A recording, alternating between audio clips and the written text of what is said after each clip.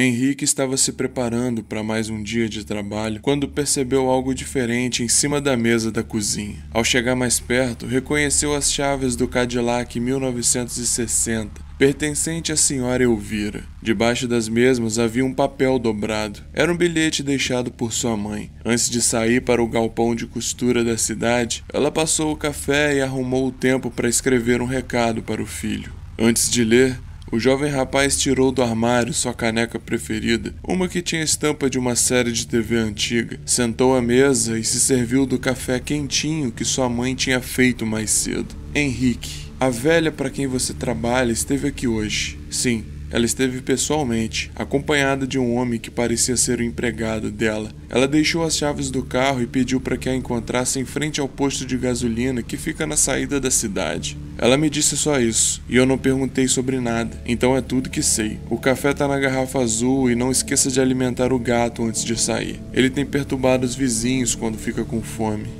Ao terminar de ler o bilhete, mesmo sem entender o que estava acontecendo, Henrique se livrou rapidamente do café e se arrumou o mais rápido possível. Era inevitável que se preocupasse. A velha Elvira nunca foi uma mulher de fácil entendimento e ele sabia disso. Seu falecido pai foi motorista da família Almeida durante toda a vida e tudo que deixou para o garoto quando morreu foi o emprego de motorista particular. Se você é ou já foi um jovem em busca de um primeiro emprego, sabe o valor que você dá quando tem. Na correria, ele quase esqueceu a comida de Sansão, o gatinho da casa. O miado do felino soou como um alarme e fez o rapaz dar meia volta. Se você não me avisa, desculpa, Sansão.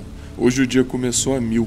A cidade de Alta Vista não era muito grande e as ruas eram como tapetes. Pelo menos desde a última eleição elas tinham estado assim. Enquanto Henrique se dirigia para o local indicado pela velha Elvira, ele ia pensando no que poderia ter acontecido. Até então, nada fazia muito sentido. O que ela precisava fazer com tanta urgência que não podia esperar que ele acordasse? Por que ela teve o trabalho de ir até a sua casa para deixar as chaves do Cadillac? Para onde ela foi e como ela foi? Enquanto se questionava, ele terminava de comer um pão de açúcar com certa cautela. A velha Elvira era uma senhora que já beirava os 85 anos, mas quem a conhecia não dizia que ela tinha mais do que 60. Dona de uma visão impecável, podia encontrar qualquer grão de açúcar no banco de seu amado carro antigo.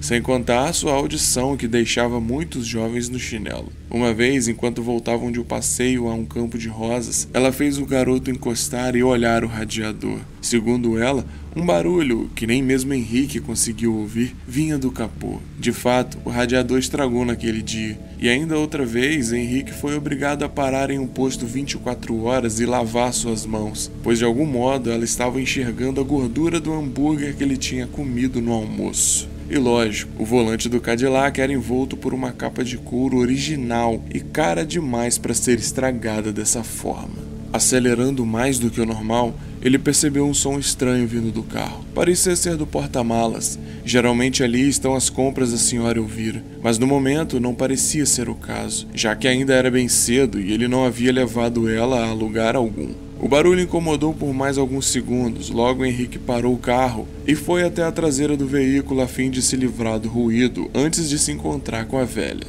A primeira coisa que ela vai fazer é reclamar desse barulho, pensou o rapaz. De todas as coisas que ele esperava encontrar como o culpado do barulho, com certeza o que ele viu não passara pela sua cabeça em nenhum momento. Logo que levantou o capô, o fedor tomou conta do lugar. Ele fechou os olhos e cobriu o nariz com a mão. Por conta disso, não viu logo do que se tratava. Assim que conseguiu se orientar, fixou os olhos no porta-malas mais uma vez, e uma forma surgiu em sua frente, a forma de um corpo, ou melhor, um cadáver.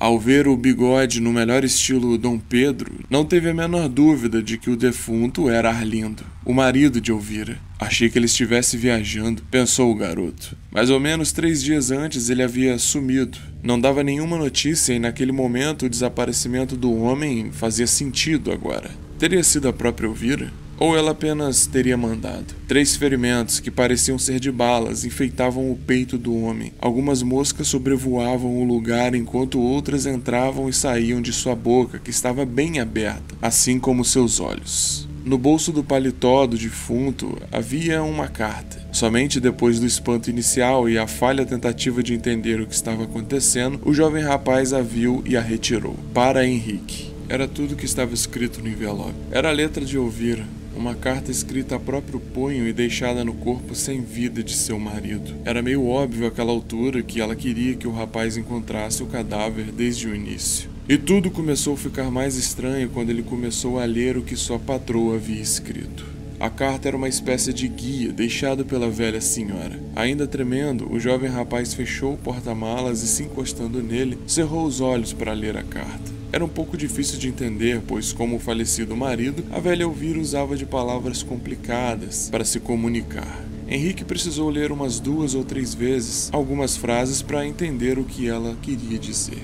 De forma complicada, a mulher deixou naquela carta a confissão de seu crime, o assassinato de seu marido, explicado nos mínimos detalhes. Ela atirou 3 vezes contra seu parceiro enquanto o mesmo tomava café da manhã na varanda do casarão. Ela pegou a arma do marido na cabeceira da cama, onde ele manteve guardada durante anos. Tempo esse no qual ela jamais tinha sido usada. Você deve estar imaginando coisas terríveis sobre a velha Elvira nessa altura. Que velha escrota. Aposto que matou o coroa para ficar com a grana. Ao contrário do que se possa imaginar, ela não fez por nenhum motivo mesquinho como dinheiro. O velho Arlindo não cometeu nenhum adultério também. Não era um homem violento, pelo contrário, eles eram um casal harmonioso e muito bem resolvido. Qual motivo então levou a velha senhora a tomar tal decisão? Enquanto levava o corpo para o local marcado, no posto de saída da cidade, o rapaz tentava digerir tudo que estava na carta. Aparentemente, Arlindo e Elvira foram mafiosos em outros tempos e fizeram alguns trabalhos bem pesados em sua juventude. Fizeram parte de grupos violentos, cometeram crimes de diversas naturezas, como assassinatos, assaltos, torturas, sonegação de impostos, aliança com políticos corruptos, entre outras coisas que estavam descritas na carta. Henrique ficou abismado com o que tinha acabado de descobrir. Ele não imaginava que a velha senhora, tão gentil e mandona em muitas vezes, era uma criminosa da mais alta patente. Se bem que, parando para pensar, por diversas vezes eles faziam viagens longas e para destinos incomuns. Fazer perguntas não era parte do trabalho, então Henrique só dirigia sem questionar. Do mesmo modo que nunca questionou as riquezas da família, nunca fez perguntas sobre o passado pessoal ou profissional de Elvira.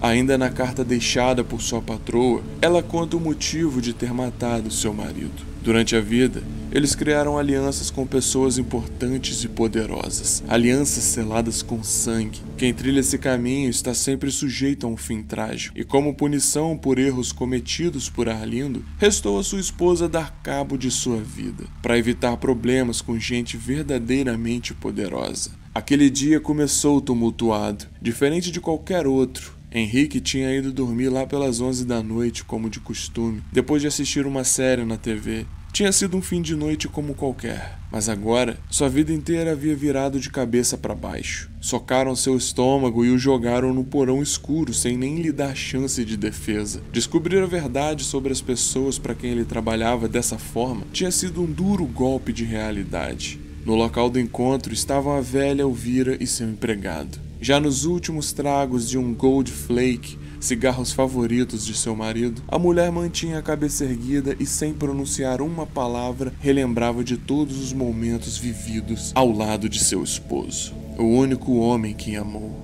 Seu empregado, um homem albino de quase 2 metros, mantinha-se em pé ao lado de sua patroa. Em sua mão ele trazia um guarda-chuva, pois tinha ouvido no rádio que poderia haver uma chuva torrencial em qualquer momento do dia. Então, com uma precisão quase que proposital, a última tragada no Golden Flake veio no mesmo momento em que o Cadillac vermelho sangue parou bem em frente ao posto. Henrique desceu do carro em total silêncio. Em frente à sua patroa, ele continuou sem dizer nada. Elvira imaginava o que se passava na cabeça do jovem. Ela apenas sorriu timidamente e abraçou o rapaz. O abraço durou mais do que devia, e quando saiu do aconchego dos braços de uma velha senhora que cheirava a cigarro importado, retirou do bolso a carta que ela escrevera e estendeu a mão, oferecendo de volta à antiga dona. "Eu estou pronto para o trabalho, senhora", ele respondeu e foi em direção ao porta-malas. Na carta, a velha também escreveu sobre o pai de Henrique. Carlos Bandeira viveu para seu emprego e sua família. Nunca deixou que nada faltasse em sua casa. Deu a melhor educação que conseguiu para seu filho. Ensinou para ele o valor do trabalho e moldou o caráter do rapaz. Henrique decidiu ali que seguiria os passos do pai, continuando seu legado com a família Almeida. A carta que lera pouco antes era como uma intimação. Mesmo antes de imaginar, ele já fazia parte de tudo isso. Assim como seu pai, ele serviria a ouvir enquanto ela vivesse. Do mesmo modo que o seu pai fez um dia, agora era a hora do jovem rapaz aprender a cavar uma cova funda e distante o suficiente para jamais ser encontrada.